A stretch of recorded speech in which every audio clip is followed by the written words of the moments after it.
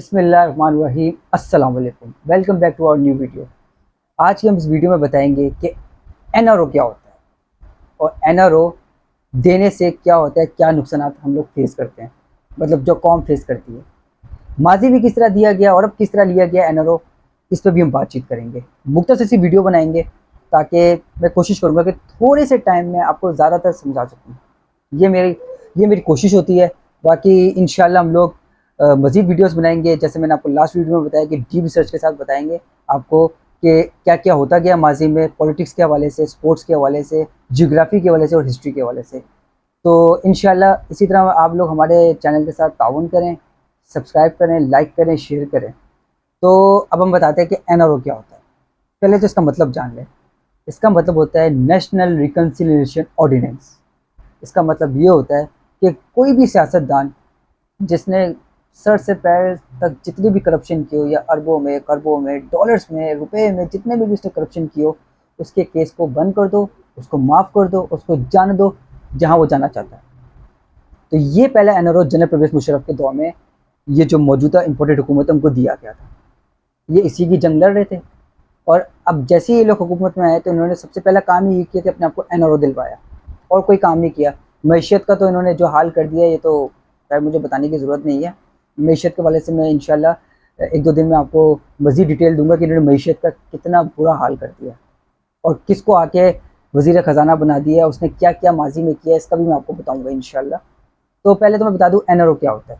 जैसे मैंने आपको बताया, NRO means national reconciliation ordinance, जिसमें आप तमाम इनके केसेस को माफ़ कर दो, ईसीआर से इनका नाम निकाल दो और इनको जाने दो जहाँ ये लोग जाना चाहते हैं। तो जनरल परवेज़ मुशर्रफ ने पहले दौर में दिया। इनके वही केसेस इमरान खान के दौर में चल रहे थे। फ़र्क ये था कि जनरल मुशर्रफ ने इनको माफ़ कर दिया था, इमरान खान ने इनको माफ़ नहीं किया। इमरान खान ने इनके जो पुराने जितने भी केसेस थे, जो शरीफ ख़ानदान के हुदैबिया पेपर बिल से रिलेटेड हो, एवन फिल अपार्टमेंट के से रिलेटेड हो, या जरदारी के स्विस अकाउंट से रिलेटेड हो, या उसके शेरे महल से रिलेटेड हो, वो सारे केसेस पुराने थे जिनको इमरान खान ने रीओपन किया और इदारों को कहा कि इनके केसेस को दोबारा रीओपन करो और जहाँ साबित हो कि इन लोगों ने करप्शन की हुई है, इनको जेलों में डालो। मेरी तरफ से फुल इजाज़त है। तो ये इसी का तो सारा ये जो एनआरओ जो था, इसी के पीछे तो ये लोग सब भाग रहे थे। ये जो अभी हम पे हुकूमत जो मुसल्लत की गई है, ये लोग भाग ही इसी चीज़ पे रहे थे कि हमें बस ये मिल जाए किसी तरीके से। अब मुझे, मैं जब एक चैनल में रिपोर्टिंग करता था तो मुझे अच्छी तरह याद है, एक पॉलिटिशियन जो थे, साबिक वज़ीर भी रह चुके हैं, मैं उनसे जब मिला था ना, तो एक कैजुअल इंटरेक्शन हुआ था, सलाम दुआ हो गई थी मेरी उनसे। ताल्लुक़ उनका पाकिस्तान पीपल्स पार्टी से है। तो उस दौरान वो और भी लोगों से बातचीत कर रहे थे, तो वो यही कह रहे थे कि अगर एनआरओ मिल जाए तो काफ़ी मसले हमारे लिए हल हो जाएँ। तो खैर, इससे साबित होता है कि ये लोग एनआरओ की जंग लड़ रहे थे और खुद इन लोगों ने टीवी पे बार-बार कहा है कि हम लोग एनआरओ की जंग लड़ रहे हैं और कुछ नहीं। मतलब डायरेक्ट तो नहीं कहा, बर्नली तो मुँह पे नहीं कहा, लेकिन इनडायरेक्टली यही समझ में आ रहा था कि ये लोग एनआरओ मांग रहे हैं। जैसे खुर्रम दस्तगीर ने कहा कि हमने इमरान खान को इसलिए नहीं निकाला कि महंगाई हो गई है, हमने इसलिए निकाला था क्योंकि हमारे करप्शन के केसेस में हम लोग बड़े बुरे तरीके से फँस चुके थे। और आपको याद हो 2019 में भी जब फैटफ का जो शराइत जो रखे गए थे पार्लियामेंट में, तो उस दौरान ये जो मौजूदा इम्पोर्टेड हुकूमत है, उस वक्त तो ये अपोजिशन में थे, इन लोगों ने क्या कहा? इन लोगों ने कहा कि हम एक शर्त में इस शराइत को मंजूर कर देंगे, इसको पास करवा देंगे, अगर इमरान खान नैब के कुछ बिल्स में, कुछ उनके कानून में तरमीम लेके आ जाए, तो हम लोग ये बिल पास करवा देंगे। तो इससे साबित होता है कि ये लोग एनआरओ की जंग लड़ रहे थे और कुछ नहीं। तो यही केस था मुशर्रफ साहब के दौर में, यही केसेस चल रहा था, वही केसेस इमरान खान के दौर में चल रहा था। बस फ़र्क एक था, हाँ, एक केस वो था कि जो इन दोनों पॉलिटिकल पार्टीज ने एक दूसरे पे लगाए हुए थे, वही केसेस मुशर्रफ साहब ने रीओपन किए थे। लेकिन फ़र्क ये था कि मुशर्रफ साहब ने इन दोनों पॉलिटिकल पार्टीज के केसेस बंद कर दिए थे और इमरान खान ने इन दोनों पॉलिटिकल पार्टीज के केसेस खोल दिए थे। और जब जब ये दोनों पॉलिटिकल पार्टीज इक़्तिदार में आती गई, ये दोनों एक दूसरे पे केसेस लगाते गए, लेकिन इसको आगे नहीं बढ़ाया। मज़े की बात ये, केसेस करते गए लेकिन आगे नहीं बढ़ाया। तो इमरान खान ने इस केसेस को आगे बढ़ाया था, फ़र्क ये है। तो मुशर्रफ साहब ने, उन पे इंटरनल एक्सटर्नल दबाव बहुत थे, उन पे सबसे ज़्यादा जो दबाव था वो बाहर का था, और जो दबाव था वो अमेरिका का था, जिसका सबूत, जिसकी गवाही साबिक सेक्रेटरी जनरल कॉन्डोलीज़ा राइस दे चुकी हैं। उन्होंने खुद अपने किताब में इंकशाफ किया है कि मुशर्रफ पे किस तरीके से दबाव डाला गया इन दोनों पॉलिटिकल पार्टीज़ को एनआरओ देने में। मुशर्रफ ने इनको एनआरओ दे दिया। इन लोगों को लगा कि ये जो इमरान खान है ये भी शायद दबाव में आ जाएगा, इस पर भी हम लोग एक हो जाते हैं, इस पर दबाव डालेंगे तो ये हम एनआरओ दे देगा। लेकिन इमरान खान चूँकि ये इस सिस्टम का एलियन है, एक नई चीज़ है इमरान खान, वो इस सिस्टम का हिस्सा नहीं बनना चाहता था, उसने इनको एनआरओ नहीं दिया। फ़र्क ये था, उसने केसेस को आगे बढ़ाया, मुशर्रफ साहब ने केसेस को बंद कर दिया। हाँ, अब फ़र्क ये था कि मुशर्रफ साहब के मतलब मुशर्रफ के, नून लीग के, पीपल्स पार्टी के दौर में जो केसेस चल रहे थे वो केस इमरान खान ने रीओपन किए। फ़र्क बस ये था कि इमरान खान के दौर में 10% केस, सिर्फ 10% केस जो था वो इमरान खान के दौर में खुद बना था। वो क्या बना था? और वो साफ केस था जो शहबाज शरीफ पे चल रहा था कि क्या नाम था उसका, मकसूद चपरासी और ये गुलजार, इनके अकाउंट में पैसे कैसे चले गए? अरबों खरबों रुपए कैसे चले गए? जिनकी 14-14, 30-30 हज़ार तनख्वाहें, उनके अकाउंट में पैसे कैसे चले गए? तो ये ओपिनियन शट केस था जिसपे शहबाज शरीफ ने खुद कहा था, जब वो वज़ीर आज़म बने थे, उन्होंने कहा था कि मैं बड़े बुरे तरीके से फंस चुका था, अगर मैं वज़ीर आज़म ना बनता तो मैंने जेल जाना था। ये शहबाज शरीफ ने खुद कहा था ये। तो ये एनआरओ था जो लोग मांग रहे थे। अब इन लोगों ने किया क्या है?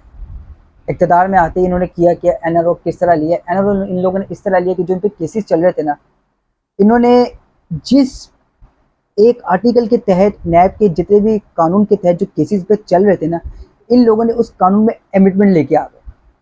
और वो अमेंडमेंट किस तरह की लेके आए? वो इमरान खान अमेंडमेंट लेके नहीं आना चाह रहे थे, और ये अमेंडमेंट ये लोग लेके आना चाह रहे थे क्योंकि इनके तो केसेस फंसे हुए थे, इसलिए लोग तो अमेंडमेंट लाना चाह रहे थे। जो 2019 में जो अमेंडमेंट लेके आना चाह रहे थे वो इमरान खान ने नहीं दिया क्योंकि वो वज़ीर आज़म थे। अब जैसे ये लोग आए, इन लोगों ने सबसे पहले ये काम किया कि वो अमेंडमेंट अब लेके आए। फ़ौरन से पहले इन्होंने ये काम किया कि अमेंडमेंट लेके आओ। तो जो केसेस उनके उस दौर में चल रहे थे वही इस दौर में चल रहे थे। अब वो केसेस चल क्या रहे थे उस दौर में, इस दौर में मैं आपको बताता हूँ। ये मेरे पास प्रूफ है। और केसेस क्या थे उस दौर में, अगर हल हो जाते तो शायद पाकिस्तान में काफ़ी ऊपर चले जाता। लेकिन अब चूँकि हम पे इम्पोर्टेंट हुकूमत मुसल्लत हो गई है और इन लोगों ने काम ही सबसे पहले यही किया कि हमको एनआरओ दे दें, और वो ले लिया उन्होंने एनआरओ। सबसे पहले काम ही उन्होंने ये किया कि एनआरओ मिल जाए हमें, ताकि हम लोग जाएँ जहाँ जाना चाहते हैं।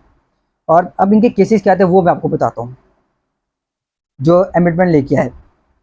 पहला सेक्शन 5U, सरकारी ओहदे इदारों के साथ मिलकर करप्शन करने वाले आम शहरियों का नाम मुकदमात से खारिज। फिर सेक्शन 5E, बेनामी इदार की तारीफ बदल दी गई, यानी जो करप्ट अफराद अपने बीवी बच्चों और करीबी रिश्तेदारों के नाम पर जायदादें बना सकते हैं, मतलब कोई भी उनके इस सेक्शन 5E में अमेंडमेंट लेके आए। फिर सेक्शन 23, चेयरमैन की जगह किसी पुलिस स्टेशन या जेल डिक्लेयर नहीं कर सकता। चेयरमैन जो नैब है वो किसी जगह भी पुलिस स्टेशन या मतलब जहाँ भी हो, क्योंकि नैब में होता है ना कि इस जेल में इनको डाल दो या इस शहर के जेल में इनको डाल दो, वो इख्तियारात भी छीन लिए गए हैं। और फिर उसके बाद कौन से ये लोग अमेंडमेंट लेके आए? सेक्शन 23, मुलजिम दौरान तफ्तीश अपने असासा जात को फरोख्त कर सकता है। मतलब टोटली इन लोगों ने अपने आप को आज़ाद कर दिया अपने करप्शन के केस से, बच गए, निकल गए। यही तो वो करप्शन का केस था और यही तो वो एनआरओ था जो मुशर्रफ के दौर में चला था। उन्होंने माफ़ कर दिया, इमरान खान माफ़ नहीं करना चाह रहे थे। वो चाह रहे थे कि पैसे मिल जाएं तो हमें फ़ायदा, हमारा मुल्क ऊपर जाएगा। तो सेक्शन 4, रेगुलेटर्स और ब्यूरोक्रेसी के बदनियाद फैसलों को मुकम्मल तहफ़्फ़ुज़। राजा परवेज़ अशरफ व शाहिद खान अब्बासी के केस ख़त्म हो चुके। सेक्शन 9AX, सेक्शन 5S, मफादामा के केस में कम अज़ कम मुतासरीन की हद 100 कर दी गई, यानी ख्वाजा साद रफ़ी के खिलाफ जो केसेस चल रहे थे वो ख़त्म हो गए। मतलब 72 लोग थे, 100 लोग करते तो केस चलता, लेकिन 72 लोगों ने करप्शन किया तो केस ख़त्म। तो ये सारा जो था एनआरओ जो मुशर्रफ के दौर में दे दिया गया था, तो ये लोग बच गए थे। अब वही इसी की शोर कर रहे थे ये लोग इमरान खान के दौर में। अब जैसे ही इन लोगों ने काम ही सबसे पहले यही किया कि हमको ये एनआरओ मिल जाए ताकि पैसे हमारे बच जाएँ। अगर वो पैसे अगर इन लोग के इमरान खान ले लेते, वैसे इमरान खान के दौर में काफ़ी कुछ उनको मजबूर थे, इमरान खान बहुत मजबूर थे, वो नहीं कर पाए, जो बात साफ़ है, क्योंकि वो सिस्टम को समझना, सिस्टम को अपने मुताबिक लेके जाना उनके लिए बहुत मुश्किल था। तो ये वो, लेकिन इमरान खान ने कोशिश बड़ी की कि इनको एनआरओ दूँ, और वो एंड तक लेके गए। उन्होंने रिजीम चेंज हो गया, एनआरओ नहीं दिया उन लोगों ने। पूरे इमरान खान के जो जितने भी लोग बैठे हुए थे वो सब लोग राज़ी थे कि एनआरओ नहीं देना, और इमरान खान तो आई इसी नाम पे थे, एनआरओ नहीं देना। तो अब जो जो बाइज़्ज़त बरी हुई उनके नाम सुन लिया आप। साबिक वज़ीर आला खैबर पख्तूनख्वा सरदार मेहताब अब्बासी के खिलाफ करप्शन रेफरेंस वापस हो गया। सेनेटर यूसुफ रज़ा गिलानी के खिलाफ यूएसएफ फंड करप्शन रेफरेंस वापस हो गया। इस्लामाबाद नैब के 50 करप्शन रेफरेंस एहतसाब अदालतों ने वापस कर दिया। और अपना ये जो हमजा शहबाज पे जो केस चल रहा है, वो क्या चपरासी के अकाउंट में जो 25 अरब रुपए कैसे चले गए, और वो उनके पास सबूत ही नहीं थे कि हमारे पास कहाँ से, क्योंकि वो तो बेचारे गरीब थे, उनको क्या पता था। तो हमजा शहबाज को जो पकड़ा तो वो कहता है कि मुझे नहीं पता कि किसने अकाउंट में पैसे उनके भिजवा दिया और किसने मेरे अकाउंट में पैसे भिजवा दिए, ये मुझे नहीं पता।